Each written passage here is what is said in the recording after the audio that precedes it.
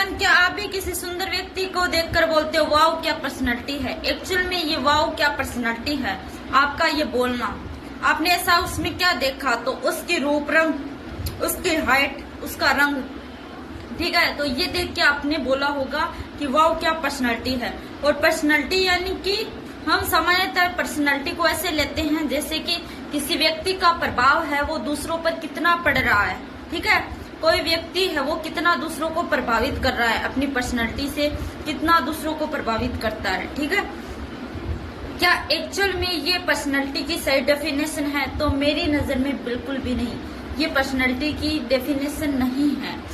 तो पर्सनालिटी की मैं बात करूं तो पर्सनालिटी को हिंदी में हम कहते हैं व्यक्तित्व, ठीक है, व्यक्तित्व।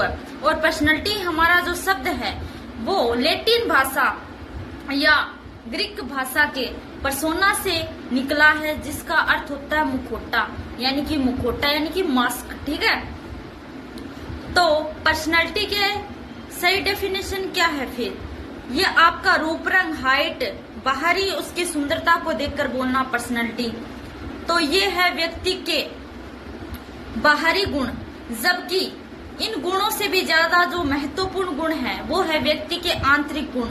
आंतरिक गुणों से तात्पर्य है हमारा पर्सनालिटी में बाहरी गुणों के साथ साथ जो हमारे आंतरिक गुण होते हैं, जिसमें संवेग, ठीक है, संवेग मैंने आपको बताया था, व्यवहार, हमारा व्यवहार कैसा है, और रुचि, हमारा इंटरेस्ट, और जो हमारी अभिरुचियां होती है।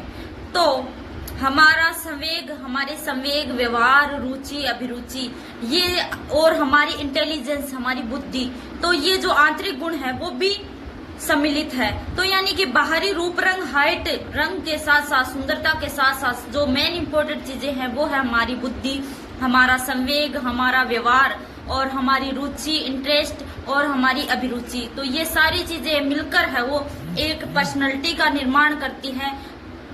तो सही मायने में अगर आप किसी भी व्यक्ति की बाहरी गुणों के साथ साथ अगर उसके आंतरिक गुण, उसके व्यवहार को, उसके इंटरेस्ट को, उसकी बुद्धि को देखकर बोलोगे कि वाओ क्या पर्सनालिटी है, तो वो सही पर्सनालिटी की डेफिनेशन मानी जाएगी, अन्यथा बिल्कुल भी नहीं।